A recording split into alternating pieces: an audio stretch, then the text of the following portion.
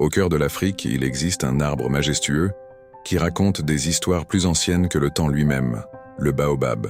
On l'appelle souvent l'arbre à l'envers, car ses branches ressemblent à des racines qui s'élancent vers le ciel. Laissez-moi vous conter une légende ancestrale. On dit que lorsque Dieu créa le monde, le baobab était si fier, si arrogant de sa beauté, qu'il ne cessait de se vanter auprès des autres arbres. Agacé par tant de vanité, Dieu l'arracha et le replanta à l'envers. Depuis ce jour, le baobab pousse avec ses racines vers le ciel. Mais au-delà de cette légende, le baobab est bien plus qu'un simple arbre. C'est un gardien de la vie dans les régions les plus arides. Son tronc massif peut stocker jusqu'à 120 000 litres d'eau, devenant ainsi une véritable oasis pour les animaux et les hommes pendant la saison sèche. Les villageois africains se réunissent sous son ombre généreuse, où les anciens transmettent leurs connaissances aux plus jeunes.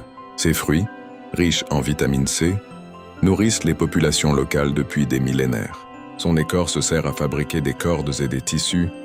Ses feuilles deviennent des remèdes traditionnels. Certains baobabs sont si vieux qu'ils ont vu passer plus de 1000 ans d'histoire. Imaginez toutes les conversations, tous les secrets qu'ils ont entendus, tous les moments de joie et de peine dont ils ont été témoins.